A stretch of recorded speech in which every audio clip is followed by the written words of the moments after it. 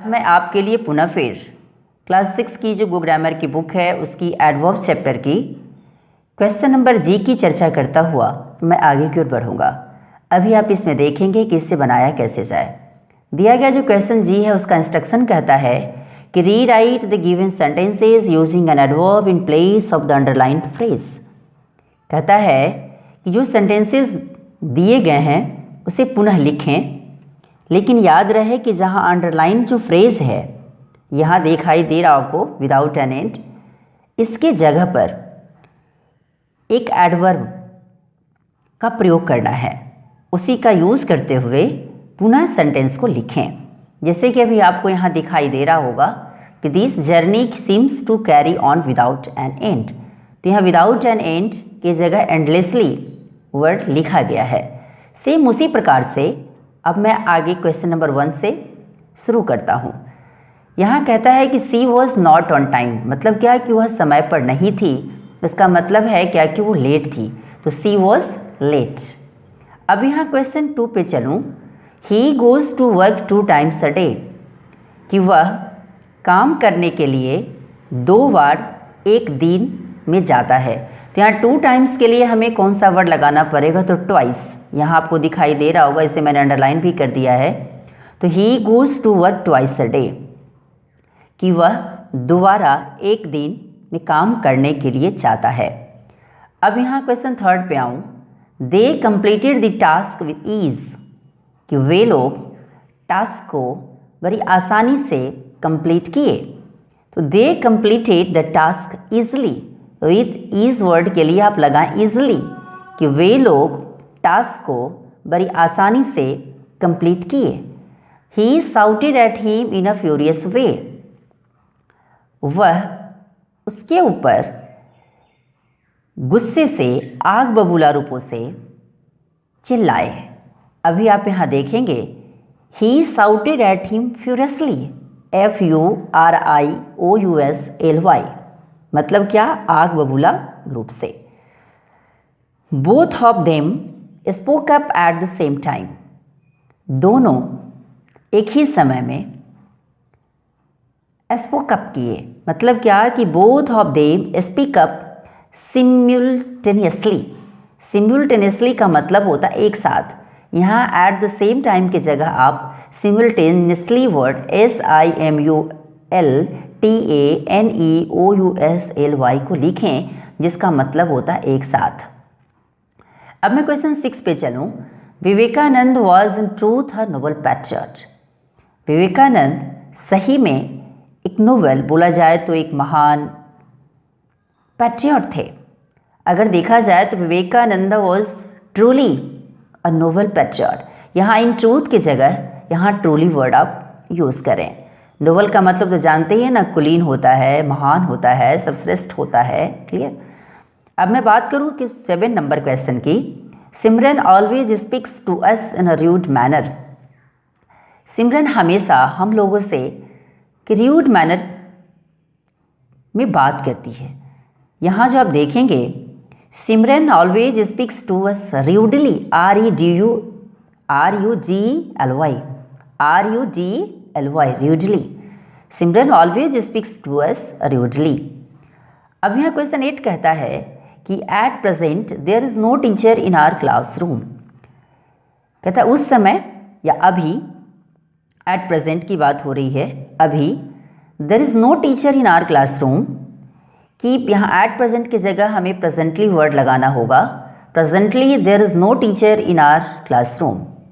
कहता है कि अभी कोई टीचर, बोले तो नो टीचर हमारे क्लासरूम में नहीं है। बोले तो कोई टीचर मेरे क्लासरूम में अभी नहीं है।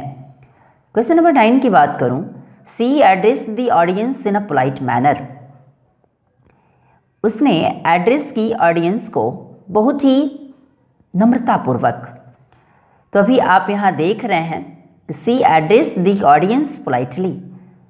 उसने ऑडियंस को विनम्रतापूर्वक या नम्रतापूर्वक एड्रेस की। यहाँ देखते हैं ना, यहाँ इन अ पोलाइट मैनर की जगह पे आप पोलाइटली वर्ड लिखें, POLITELY। Clear, POLITE, politely, LY। ठीक है। चलिए अब मैं बात करूं कि क्वेश्चन नंबर 10 की, spread the butter on the slice in an even manner. कहता है क्या कि बटर पे spread the butter on the slice. कहता है कि स्लाइस पर बटर इवन मैनर के रूप में आप उसे फैलाएं। मतलब क्या कि यहाँ इन एन इवन मैनर के जगह पे आप इवनली वर्ड यूज करें। Spread the butter on the slice evenly. अब यहाँ बातें आती है इवनली मतलब समान रूप से। क्वेश्चन नंबर 11 की बात करूं, the old lady treated the children in a kind manner. कहता है कि ये जो ओल्ड लेडी बच्चे को बहुत ही काइंडली उसे ट्रीट की। अभी आपको यहाँ दिखाई दे रहा होगा कि द ओल्ड लेडी, हल्का सा इसको आगे खिसा, पेज को खिसकाता हूँ। चलिए अब यहाँ दिखाई दे रहा होगा आपको कि the old lady treated the children kindly. In a kind manner के जगह पे आप काइंडली वर्ड का यूज़ करें। अभी आपको यहाँ 12 नंबर में दिखाई दे रहा होगा कि they finished the work in a haste manner and left. कहता है कि वे लोग काम को बड़ी तेजी से फिनिश किए और चले गए।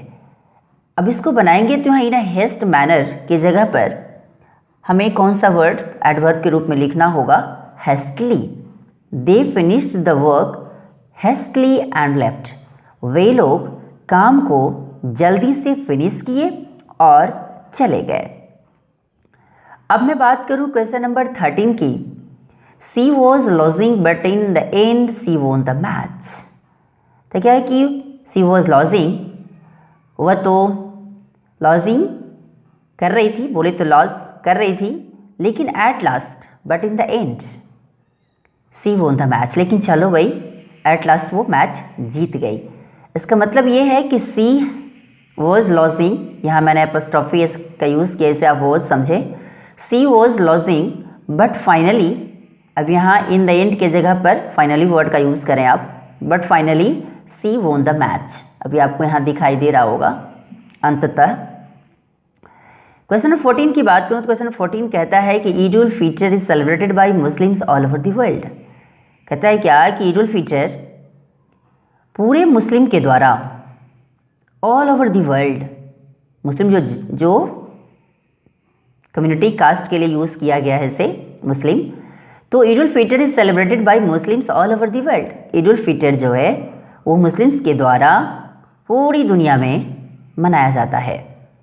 अब यहाँ ऑल ओवर द वर्ल्ड के लिए हम कौन सा वर्ड लगाएंगे? Globally, GLOBALLY।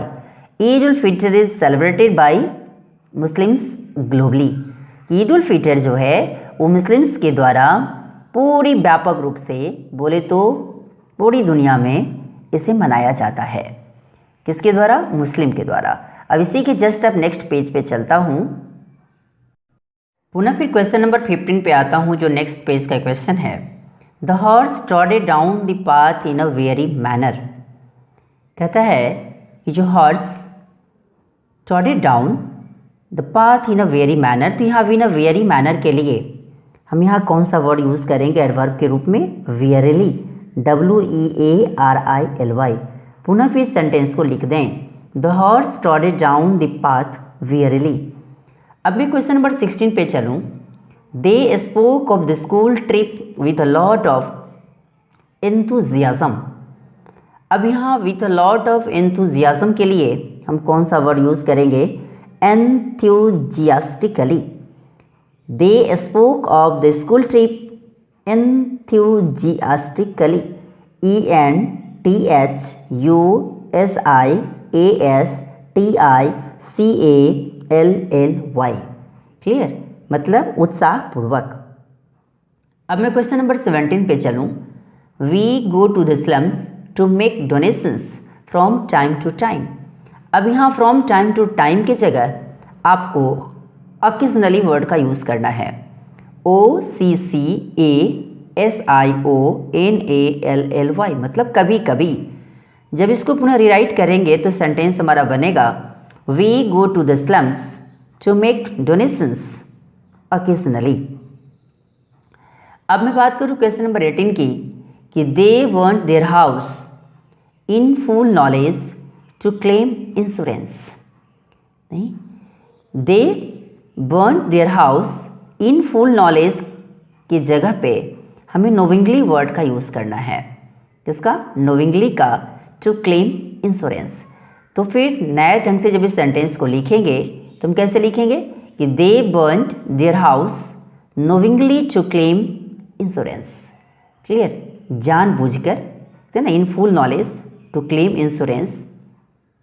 नहीं, अब मैं बात करूं कि अभी आपने देखा यहाँ नोविंगली का मतलब क्या होता है? जानबूझकर।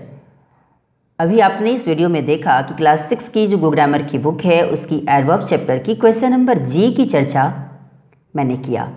और ये वीडियो आपको कैसा लगा इसके बारे में लाइक, सब्सक्राइब एंड कमेंट करना न भूलें और इसे शेयर भी करें ताकि ज़्यादा से ज़्यादा बच्चा इसे देखकर कुछ सीख सके।